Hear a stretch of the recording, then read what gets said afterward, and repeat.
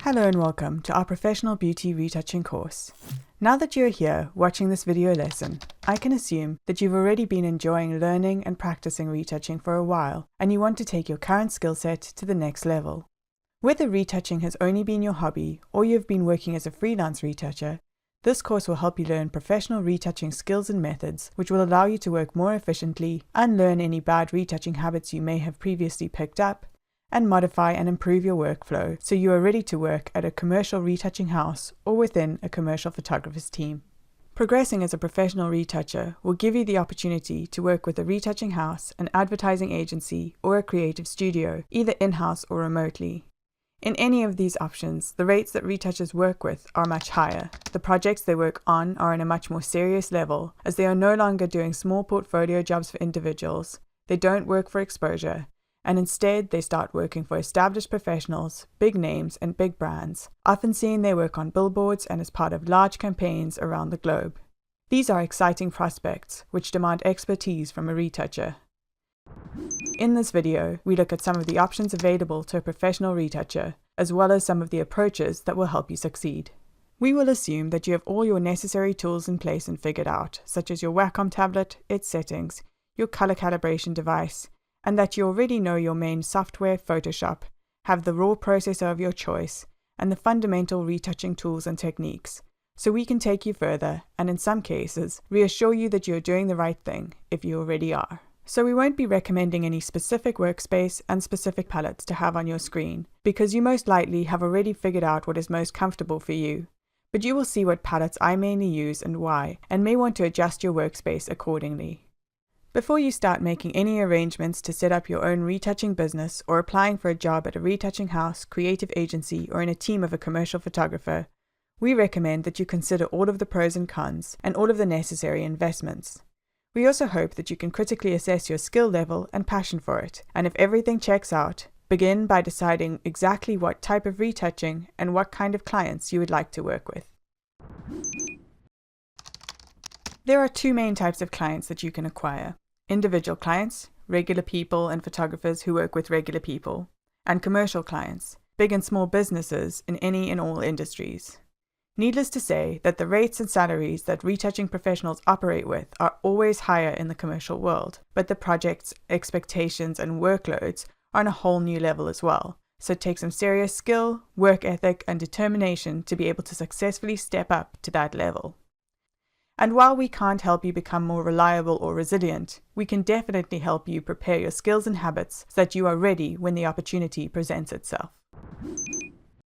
The images that you might be hired to retouch for individual clients will be used for their personal enjoyment, to add to their portfolios or grow their social media following, while the images that you retouch for commercial clients are created to help promote products and services that will in turn bring them profits, and in some cases, multi-million-dollar profits. Naturally, businesses will have higher budgets to produce the very visuals that will help them sell their products and services. So a skillful retoucher who works directly or indirectly via a creative agency, retouching house, or commercial photographer has a higher chance to not only sustain their business, but also make a comfortable living significantly faster through working for commercial clients. All any client wants from a retouching professional is reliability and quality, and commercial clients can pay more for it. Not only is it more rewarding financially, but once you've proven yourself to your new commercial client, they will want to continue working with you for as long as you can provide that quality and reliability. This saves a lot of time, money, and effort on marketing your retouching services and finding new clients, and removes a lot of stress wondering when your next retouching job will roll in, and whether or not you're going to be able to pay the bills next month. Of course, it is possible in the individual client realm as well, but it's much less common. For the purposes of our course, we will assume that your interests lie in the commercial retouching world. In this course, we focus on the typical scenarios found in beauty and portrait retouching, and the tools, techniques, and skills we will look at are applicable across many types of retouching jobs: individual client retouching, editorials for top fashion and beauty magazines, and of course, in commercial work. Once you've developed your skill set and know what you're best at, you'll be able to decide whether you're interested in working as a freelance retouching professional out of your own home or studio, or, if your geographical location allows, working in-house for a local beauty brand, a creative agency, or retouching house.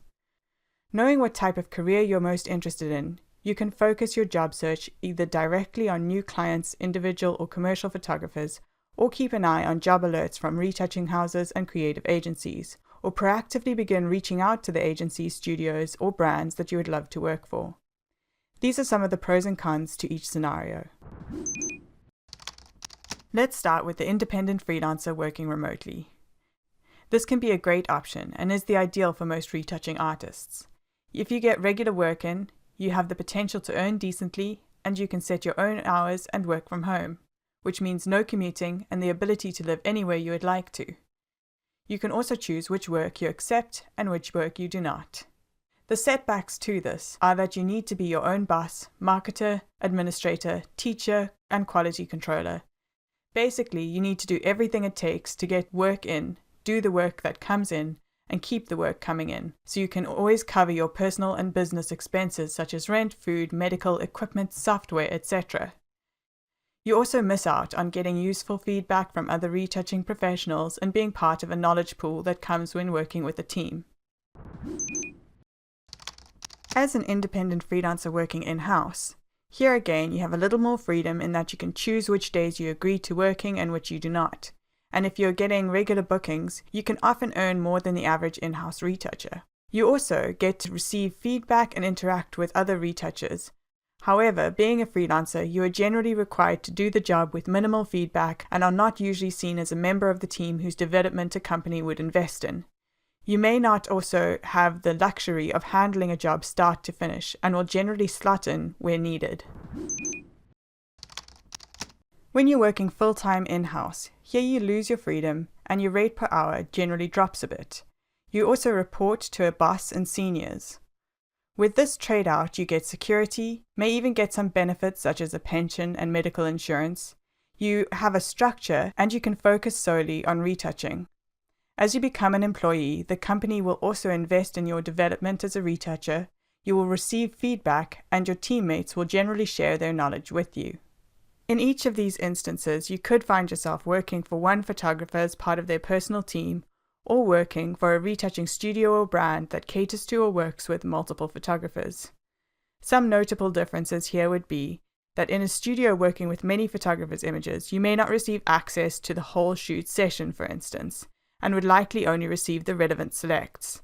Whereas with a photographer, you generally can access the full shoot, so it's good to be aware when doing things like comping in products, such as brushes or lipsticks for instance, that you may need to flag issues like soft products where the model's face might be in focus but the product itself has fallen slightly out. And this will help the photographer provide the appropriate plates or files for you to work with. If you do want to work in-house at a retouching studio or agency and you're unsure of what you will need to know, there are some companies that will take you on as a junior retoucher if you can show an eye for color and an understanding of light and photography, even if you have very little retouching experience, as long as you are interested and willing to learn. If, however, you want to give yourself the best chance of starting out in the in-house retouching world, and you want to prepare yourself with skills often expected of a junior retoucher, they would be the basics such as layers and masks, cloning and healing, pathing with the pen tool, curves and adjustment layers, dodging and burning, and a non-destructive workflow. When it comes to the tools you will need, these can vary depending on the situation. To be an independent freelancer who works remotely for a retouching house, you need to provide all the tools for the job, such as a computer with a decent calibrated screen, Photoshop, Capture One or Lightroom, and a graphics tablet such as a Wacom tablet. It is also useful to think about the lighting conditions you are working in. Most retouching houses operate in conditions with dim light, which enables them to see what they are working on more accurately. See if you can emulate similar ambient light conditions in the space where you do your retouching work. You will also need unlimited high-speed internet and most likely a subscription to a remote storage service such as Dropbox. Commercial work is typically shot on either large sensor digital cameras or even medium format cameras, so the files you'll be provided with will be quite large even before being retouched. And the larger the files and overall volume of the work you do, the higher the tier subscription you will need, so you never run out of space in the middle of a massive project with your main client. Think of your backup options too. It can be an online subscription to a service such as CrashPlan or a stack of external hard drives, so you don't run out of space on your own computer and all of your client work is backed up in case, God forbid, anything happens to your main computer and your client needs files fast. Working as an independent freelancer in-house, you do not typically need to provide anything as far as tools go, but it is always useful to check ahead of your first day working with them if this is the case. Working in-house, the equipment and software is generally provided for you. There are some other useful skills that will help you out. For all three options, it is important that you work well with people and communicate well. Respond to work-related emails and calls fast. Don't ever let your client wonder or worry about whether or not they can rely on you. Always communicate on how long you think something will take, and if it ends up taking longer or you're not going to be able to meet a deadline, speak to your client or line manager about this as soon as possible. Good communication will make clients return and will help you to become a valued and reliable member of your team. Work fast, but don't rush. Always put quality first. Being efficient and working fast is valuable, but getting the job done right is even more valuable, as it is ultimately going to take longer to redo bad work than it will to simply do it well from the start. Your good retouching habits, professional structure of your files, and efficient retouching workflow will help you spend more time on providing quality and less on fumbling through messy PSD files or redoing your work, simply because your workflow is not as non-destructive and rational as it could be. Don't pretend to know what you are doing if you don't, especially if you're working as part of an in-house team. Put your pride aside and ask the necessary questions when you are unsure. If you make assumptions and waste hours doing the wrong thing, you will look worse than if you had simply asked the question up front or at least confirmed that you understood the brief correctly. You also stand more chance of learning the more questions you are willing to ask. Be willing to take feedback and criticism from your colleagues and established professionals who have been working successfully in the same field as you, and learn from it when you do. No one is simply amazing at what they do straight out of the box, especially not with retouching, without having learned from the feedback they receive from senior retouchers in their team and clients along the way. People generally don't mind letting you know if you have something to learn, but it won't go down well in a team if you are defensive and unwilling to take suggestion or criticism, and if you do not learn from it when you do. That being said, don't be scared to share your opinion in a balanced and mature way if you feel it's appropriate. In most retouching houses, image proofs are viewed and marked up in a lightbox by yourself and the senior retouchers. This process of having my images marked up and receiving feedback on my retouching and color grading of an image by people who are further along in their careers as retouchers than I was, has by far been the most valuable learning curve and helped me grow as a retouching professional who can take on serious commercial jobs and work as a senior retoucher or even a post-production director with confidence. Take pride in your work and always do the best job you can do. Sloppy is not generally a word that mixes well with any job, but especially not in retouching. You have to be precise, notice small details, and always be willing to push yourself to do the best you can. Everyone makes mistakes, but if you are good about checking your files, having neat and well-organized PSDs, and doing the best retouch that you can, your co-workers, bosses, and clients will learn that they can rely on you to do the job well. You will climb the ladder more quickly, and you will be a valued employee or service provider. Your business will bloom, and soon you might even be adding a new junior team member to your own company. With these skills in hand, we wish you all the best in your journey as a professional retoucher. And now, let's get down to learning.